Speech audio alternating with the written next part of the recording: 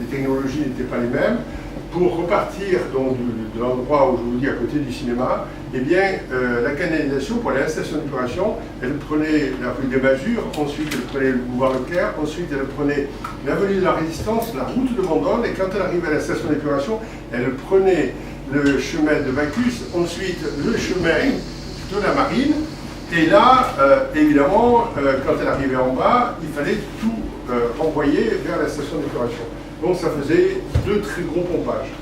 Aujourd'hui, les choses sont différentes. On a changé la canalisation et à certains moments, au lieu de faire ce mouvement-là en suivant les pentes du relief, on a fait venir un tunnelier, comme le tunnelier de la Manche, en plus petit, celui qui a fait le tunnel sous la Manche, et on a tracé tout à l'horizontale, ou presque, pour arriver plus rapidement et avec moins de besoin de puissance des pompes à la station d'épuration.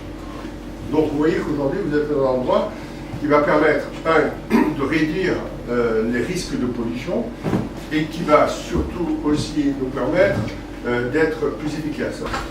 Avant de creuser le trou, ils ont fait des forages côte à côte, qu'ils ont remplis de béton et ça a fait, si vous voulez, l'étanchéité qui a permis ensuite de descendre, creuser la fosse dans laquelle vous allez descendre. Qui est aménagé en différents espaces. Donc là, vous avez l'arrivée des eaux gravitaires, donc avec la canalisation qui a été posée tout le long du port. On passe par un premier niveau de broyeur, donc comme expliquait Monsieur le maire, c'est pour broyer tous les macro-déchets qu'on pourrait avoir pour faciliter le pompage. Ici, on a une station qui est équipée de pompes immergées, donc c'est des pompes qui sont directement dans l'eau.